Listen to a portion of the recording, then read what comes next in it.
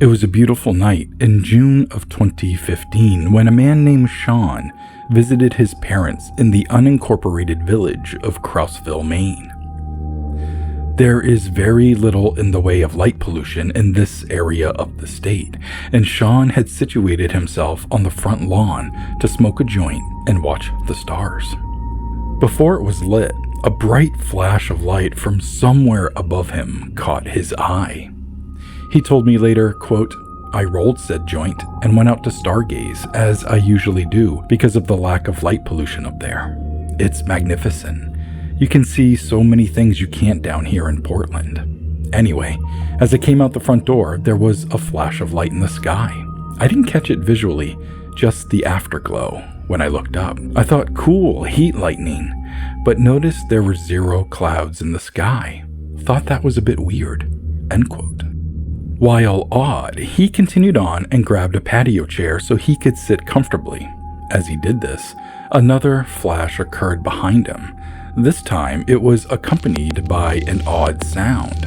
He turned as quickly as he could, but missed it. He said, quote, "I turned and it was dissipating. It was more of a weird glow and a strange hiss. It was oddly pitched, almost like it was chords. Super hard to explain, but I've come close to replicating it on my synthesizers." End quote. At this point, he abandoned the chair and the joint and was now staring up at the sky. He began to question whether it was heat lightning or something else entirely. He didn't have to wait long.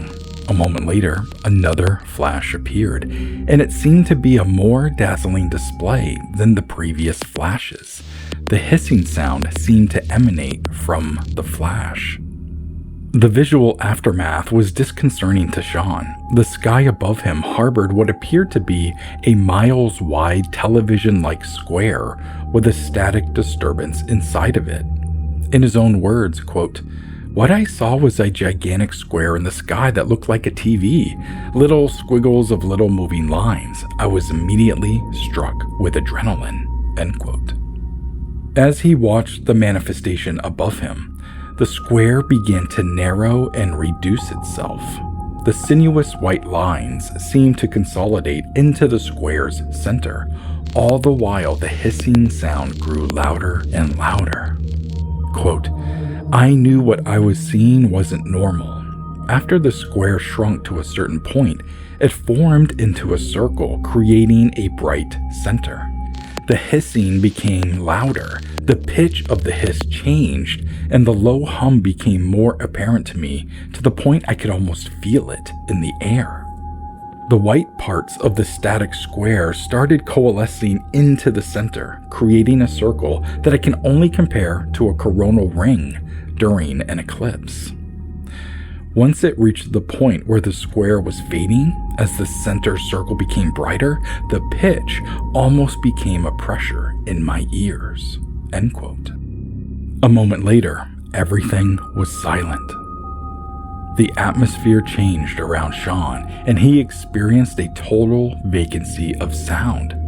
Suddenly, the circle light pulsated, made a strange sound, and then shot off at an unbelievable speed until it disappeared.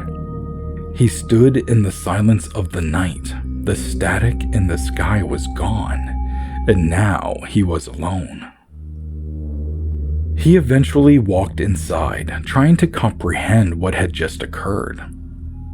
The following morning, he was still thinking about the previous night's events. He wanted to know more and decided to walk into the field where he thought the anomaly hovered. He wasn't quite sure what he was looking for other than some sort of evidence or validation that would prove to him that what he had witnessed was real. After walking for a little while, he found that evidence. He told me, quote, "About a mile or so out, the hay was splayed flat, and there was a giant checkmark-like burn. It was huge. I took a photo, but it was on a phone that had been stolen while I was at work. I never uploaded it. I regret that." End quote. Sean still thinks about his encounter, and I can't blame him. What a wonderful, terrifying, and fascinating spectacle to behold. I'm sure he'll be watching the sky for quite some time, and I'm confident he will keep us in the loop if he sees anything else.